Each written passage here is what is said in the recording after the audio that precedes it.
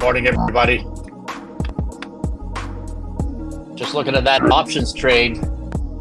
Trading day 12, we're up 126.23%. You gotta like that. Did you see this guy that fought the robot? He was doing something he shouldn't have been doing, and the police sent a robot in to fight him, and he tried to attack the robot but lost. I don't think he had a glass of water. If you're going to fight a robot, you should always have a glass of water. That's my view. Where are we here? We're live on Facebook, LinkedIn, YouTube, X, Instagram. Let's get rid of this banner. I think we are good to go. Welcome everybody to Mornings with Scott, the best damn business show for medium and small businesses on the planet. It's been a long 10 days or more on the road here. I'm shooting from a hotel room this morning. I apologize for the bad internet Wednesday, and because of the bad internet and my family issues, I just skipped the show yesterday. I was checking the Hilton app this morning. I'm 76 nights at a hotel so far this year. So I'm well on my way to my usual 100 rooms a night. Go where the energy is. If you live in the middle of nowhere, get your ass out of there from time to time. Look after your family, but get out of where you are and go make some money where the energy is. Social media clip floating around, and a good friend of mine forwarded it to me as a reel last night on Instagram. And it's a clip of somebody hosting a podcast, but reading a statement from the Netflix CEO and talked about what they call the keeper test. Everyone at a company, the CEO of Netflix said, by the way, I don't even know if this is true. I haven't found the original statement, but this is what's floating around social media. Everyone at this company is a member of a dream team. That's what the Netflix CEO says. He thinks of everybody as being on a dream team, not a family, a dream team. And a teammate is about pushing yourself to be the best possible teammate every day, and knowing that you may not be on the team forever. It's not about unconditional love. And so the keeper test for his management team is if they know everything about an employee, everything that they know right now about an employee, if that employee were to leave or want to leave, would they fight to keep that employee? That's the keeper test. Or would they hire that employee again right now? If the answer is no, the CEO of Netflix says that he believes that it's fairer for everyone to part ways quickly. That's very interesting. And we're going to have it is Friday, so we're going to have a Friends on Friday guest join us today. And I'm going to ask him about that question because I'm certain that he has an opinion about that approach to management. They went on later in this podcast to say that people are our greatest asset, which reminds me of one of my favorite long ago Dilbert cartoons, where the pointy hair boss says that they hired a consulting firm to study whether people are their greatest asset. And it turns out that that's not true. Their greatest asset was cash. People were eighth, right below carbon copy paper.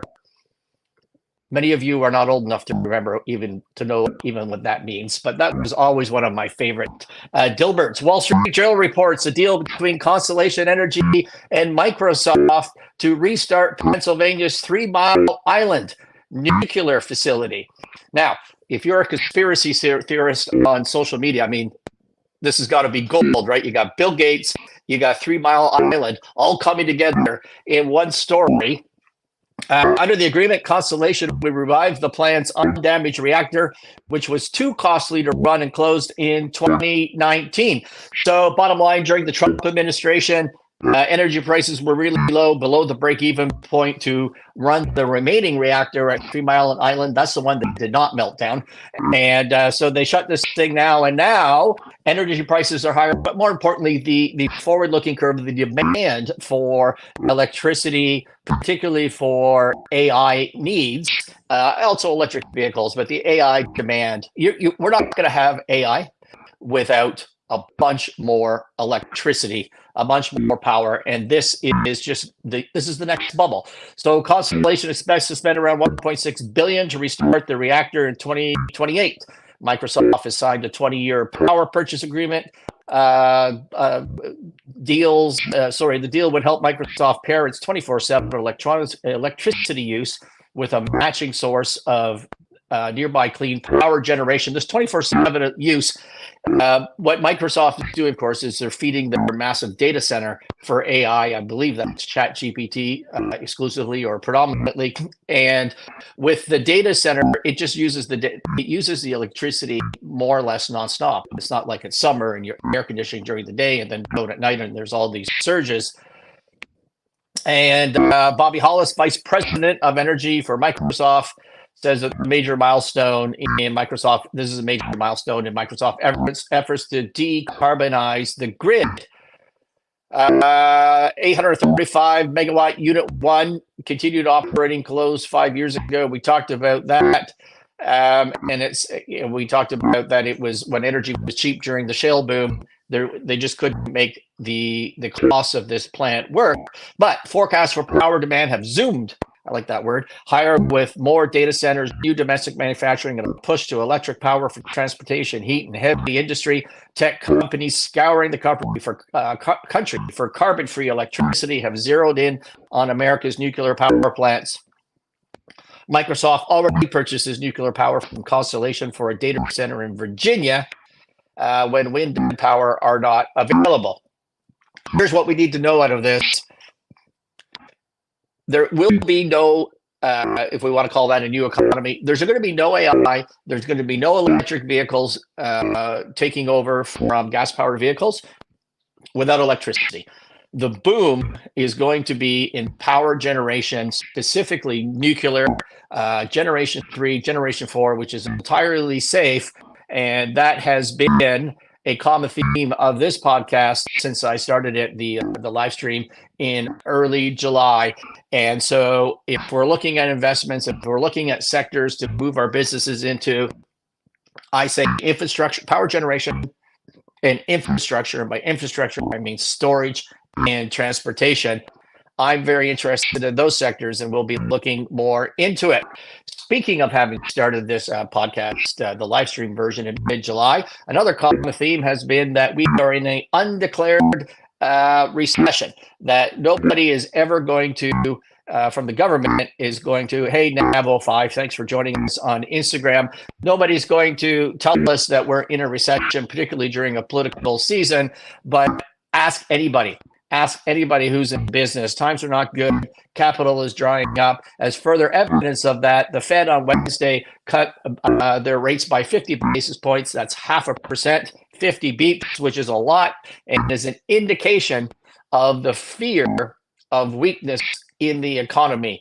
Bringing the interest rates down helps companies borrow, lowers their cost of capital, consumers as well, which creates demand and spurs the economy. Now, as you may know, if you listen to me Wednesday, I am surprised. I publicly predicted that it would be a 25 basis point or 1/4% reduction, that they wouldn't risk the political fallout of 0.5%. But they did, and I was wrong. I don't know, is that my first wrong prediction on this show? It may very well be. The economy is bad. The job market is bad. Did you know that over 50% of U.S. labor is directly tied, dependent on the public sector? Either work directly for the government, they're indirectly working for the government, so they work for a private firm that subcontracts to the government, or they're funded by the government. Over 50% of the U.S. economy is really tied to the public sector. It's an issue. Anyways, the economy is in trouble, and someone who is out there fighting every day, fighting it out, no stranger to adversity, keeping it going, and doing some really cool things. It's Friends on Friday, and we want to welcome Tom Peterson to the show, kind enough to break in between his Fox and Friends appearances to join us on Mornings with Scott. Welcome to the show, Thomas. How are you? I'm doing well. Good. Thomas is, I believe, owner, but certainly president of SportProsUSA, which is a exclusive, it's a backyard court. So playing courts, basketball, tennis, pickleball, and commercial court distributor. I'm not going to do this justice, Thomas, so tell us all about your business, please. So basically, we're a sports construction and event company. So residential, commercial, you're talking about some of those jobs out from the government, local, communities to, state-funded jobs or federal-funded jobs. On the commercial side, as well as private, and then also backyards. But we also have an event company that travels the United States and Canada and puts up pop-ups for different movies and different TV shows and product launches and all sorts of things. So this pop-up, you put you sent me a clip or a picture of a pop-up tennis court Yes. at my office at 45 Rockefeller, 45 Rock in New York, Sure. and it looked very cool. Talk about that project a little bit. So basically what happens is New York City blows up, right, during the US Open. So yeah, over a 6-week span, I think we did 9 different courts around New York City, from the World Financial Center to Rockefeller Center to South Street Seaport, a couple other little ones here and there. And what we do is we pretty much go in, work with a brand, and that, set the court up for them, and then they actually do all the stuff around it, and then we come in and break it down. So that one specifically, we've done that there a few times. That was the nicest color setup out of all of them. We did one there for Evian, and I forget what last year's was. But it's a really cool way of getting people out to talk to them, because when people play, people talk, right? So those types of things are great for brands to use. And we do a lot of corporate events too. So you're at a corporate event, everybody's walking around and they start getting bored. Well, you have a pickleball court outside, or you have a basketball court outside. Interesting. So if someone's holding a convention or some sort of corporate internal event, they can have just a pop-up pickleball. Mm-hmm. Yeah, we've done that with Chick-fil-A, Southwest Airlines. We've done some other branding with some other different How are you getting workers and supplies outside of your little territory there? Well, your huge territory in New Jersey and New York. Like, is that a big deal?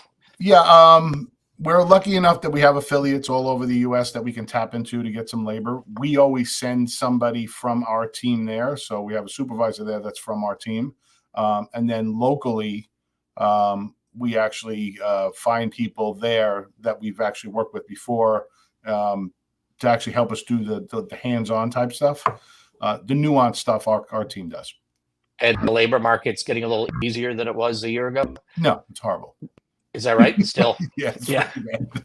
If you can get somebody to show up and actually work, it's amazing. So you have to get more people than you need to make sure that the ones that you actually need show up. So if that's any indication of what's going on out there. I have an around-the-clock medical team going here in Detroit. Mm-hmm. Nurses on different shifts and different medical personnel popping in and out of a residence. And I've been lucky. It's been so great that I found a service that does that. I was terrified of the labor situation for this, and we've been very lucky. In addition to this, to your business, if I can put it, your core business and the pop-up stuff, you're doing a social media, I think mostly or only Instagram. Yeah, pretty much. I don't know what the right word is, coaching or assistance for other entrepreneurs and businesses, called Lessons Behind the Wheel, which I take mostly is you like stuck on the turnpike, talking into your phone and giving advice and inspiration. Talk about that a little bit. So it actually started off as a way for me to talk to myself every morning. Obviously, if you're a business person, isn't that powerful? I mean, that's a large part of this show too. Yeah, it's really great.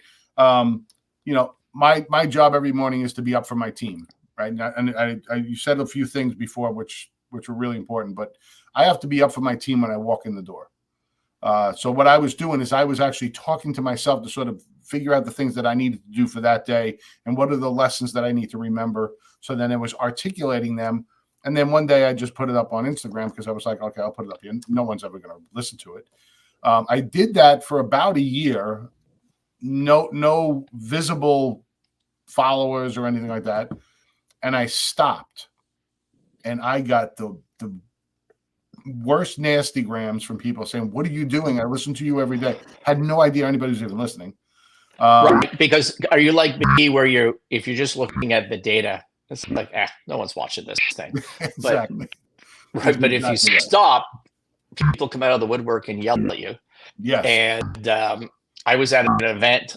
I won't give too much detail, but I was at a corporate event in Canada not so long ago, there was probably 75, 80 people there at a cocktail reception, and I bet you 15 of them came up to say, "Oh, you're the podcast guy," and right, It's amazing, right? But they're not in the stats.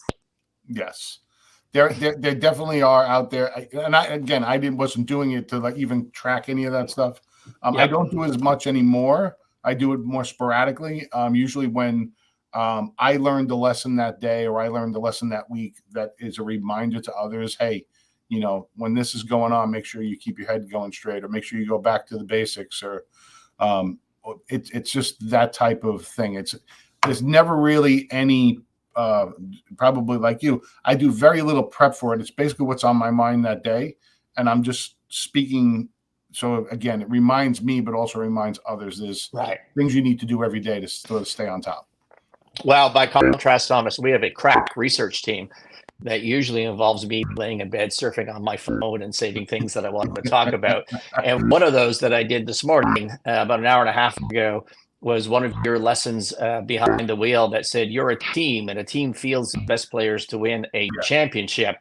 So having said that, what do you think about this Netflix keeper strategy? I believe 100% in what they're doing, because that's what we do. And for us, it's really easy. We're a sports construction company. Our tie to sports is very, very easy to see. So I have my wife actually works in the business with me. She's unbelievable. She runs the sales and customer service side of things.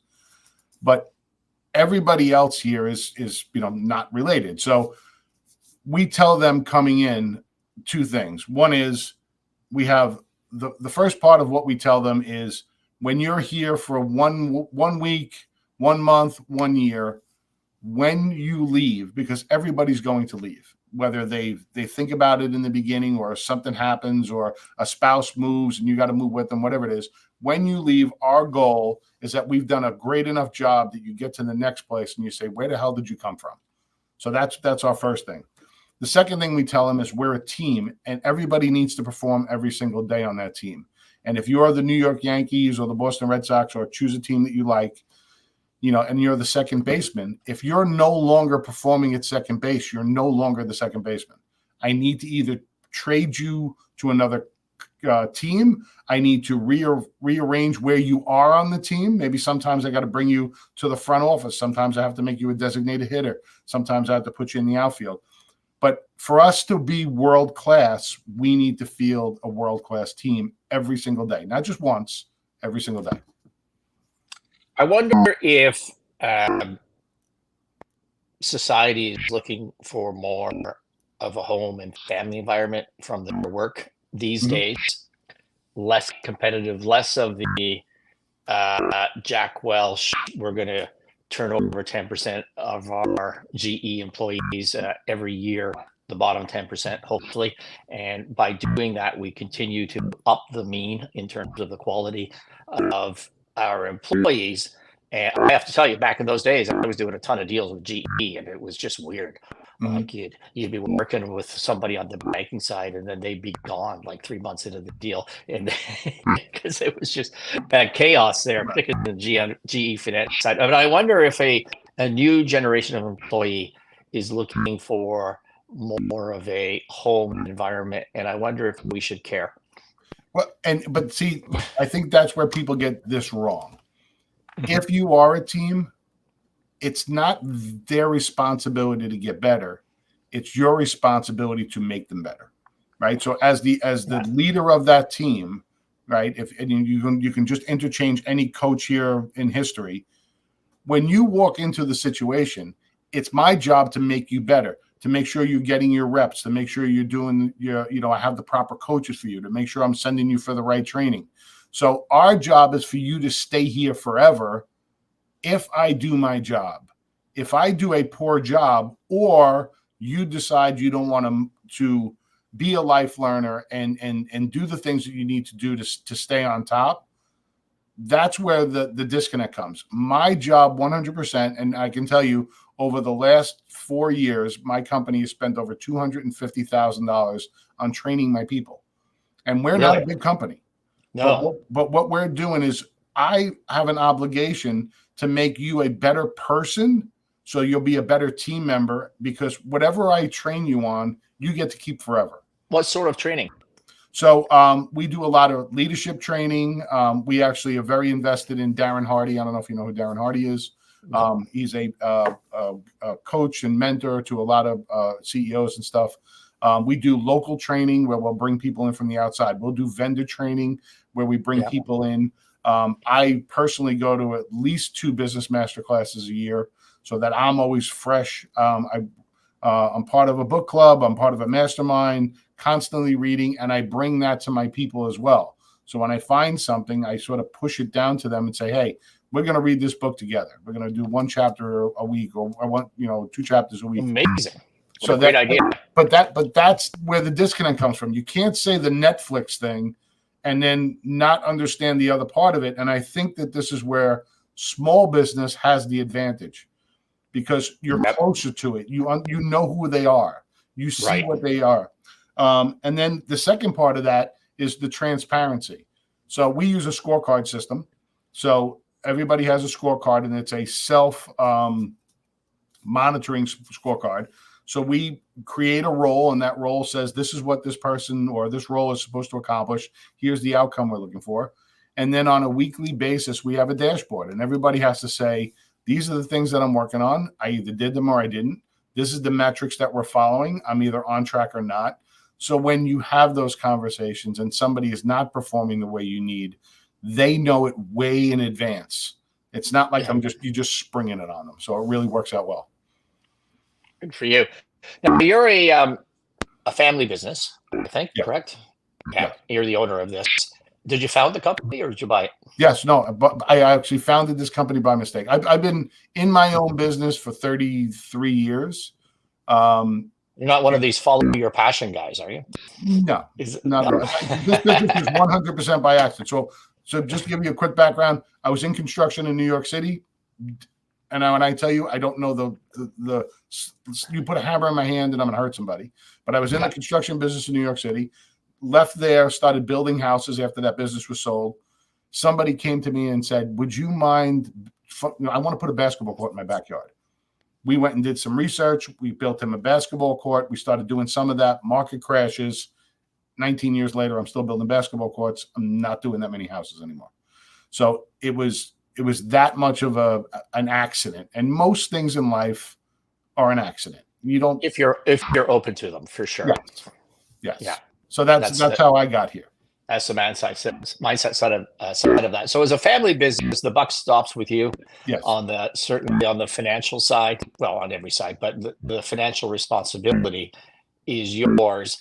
And I think we started this texting back and forth on potentially doing a show because you had responded. I don't remember exactly, but there was some dialogue about this economy sucks. Maybe as recently as 4 months ago, you were mentioning collections and cash flow management and having to stay on top of that. So A, is that still true? And B, as a business owner, a family business owner, what are your strategies to deal with that? Yes, it's very true.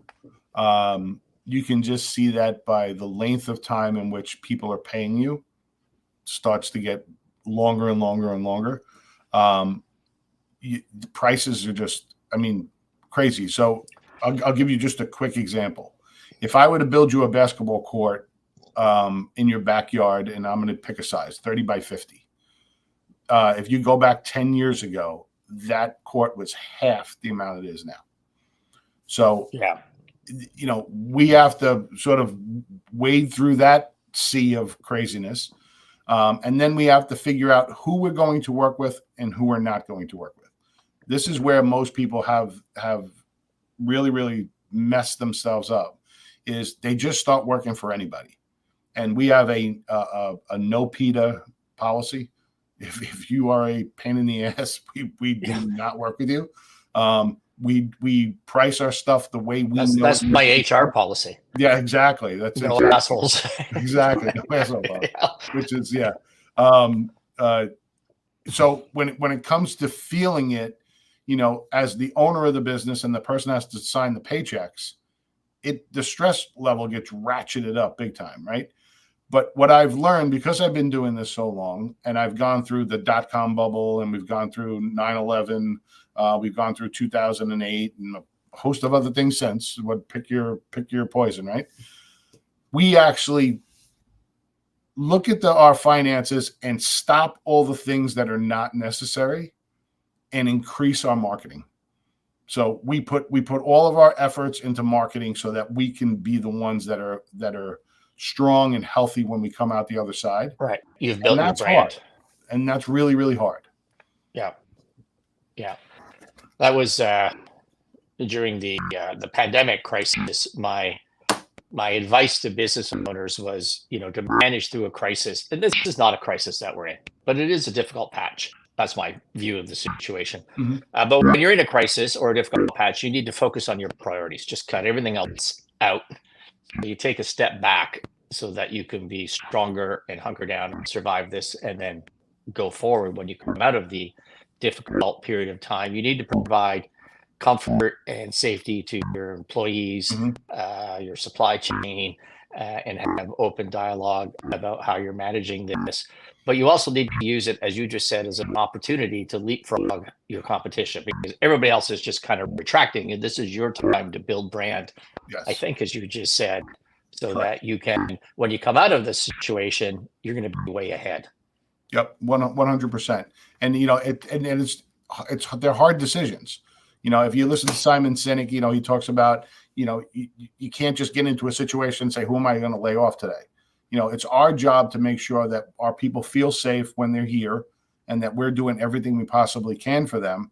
But there comes a time when releasing one saves 10, right? So you sort of have to look at it that way. And my mentor and my business partner, when I had my business in New York, he used to say, because we were an electrical contracting company, he would say, it's called contracting. So, when things go bad, you need to contract.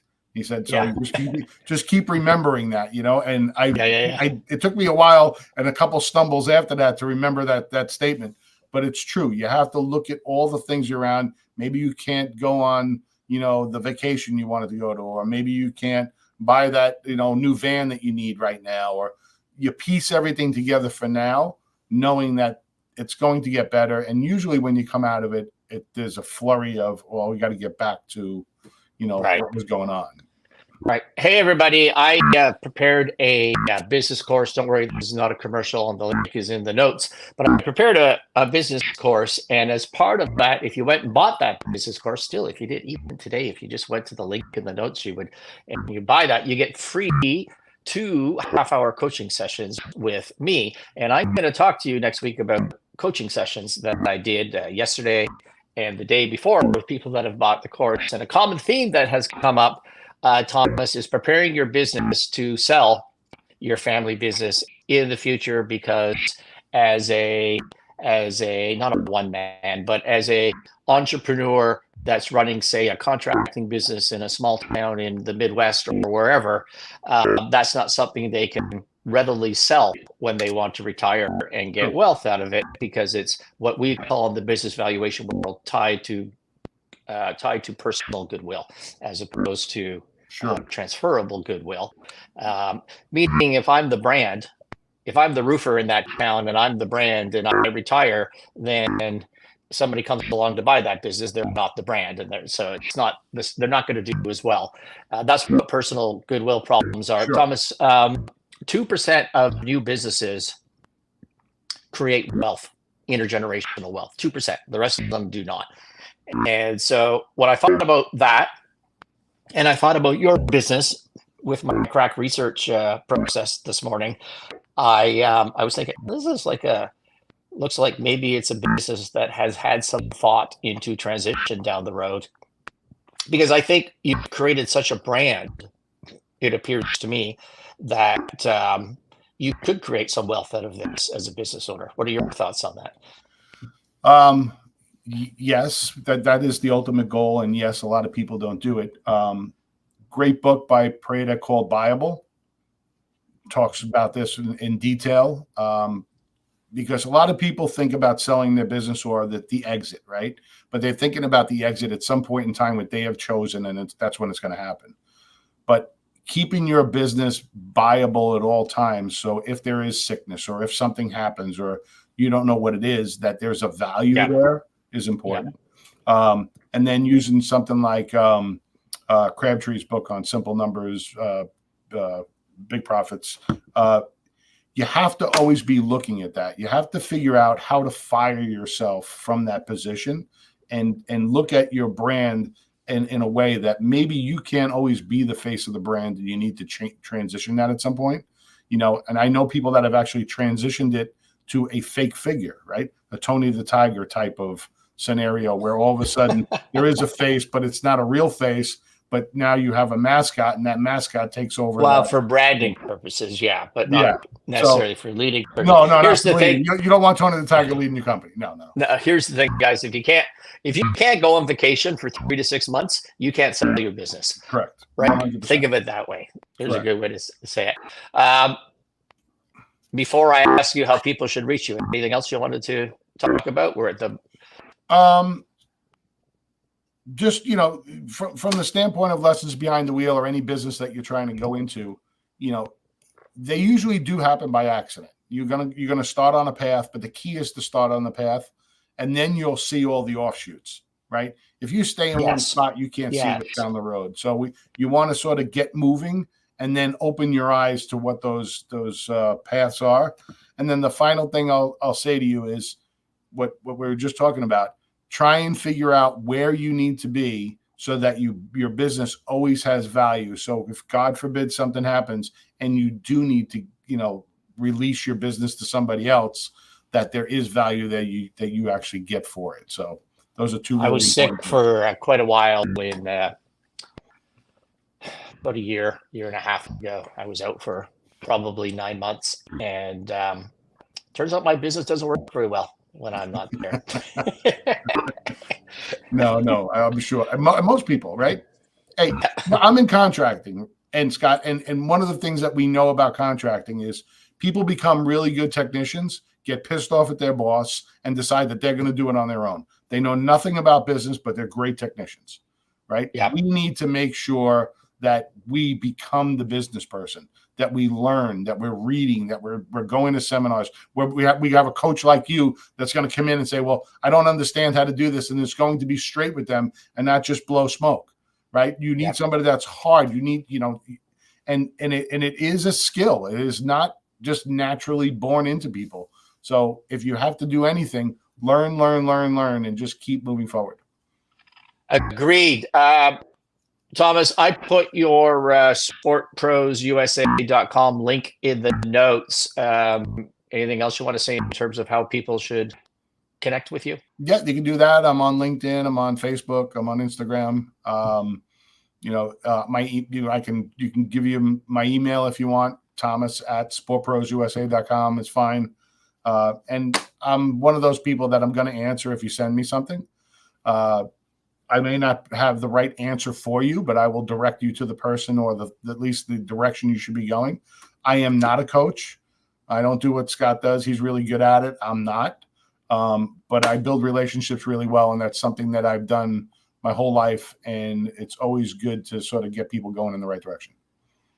Cool. And so for everybody, that was the domain was sport, singular, pros, plural, USA.com. SportProsUSA.com. Those are all my prepared notes. A little bit over. Sorry for that, but I enjoyed talking to Thomas.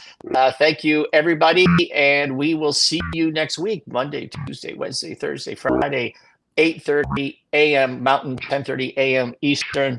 This has been Mornings with Scott. We'll see you next week. Thanks, Scott.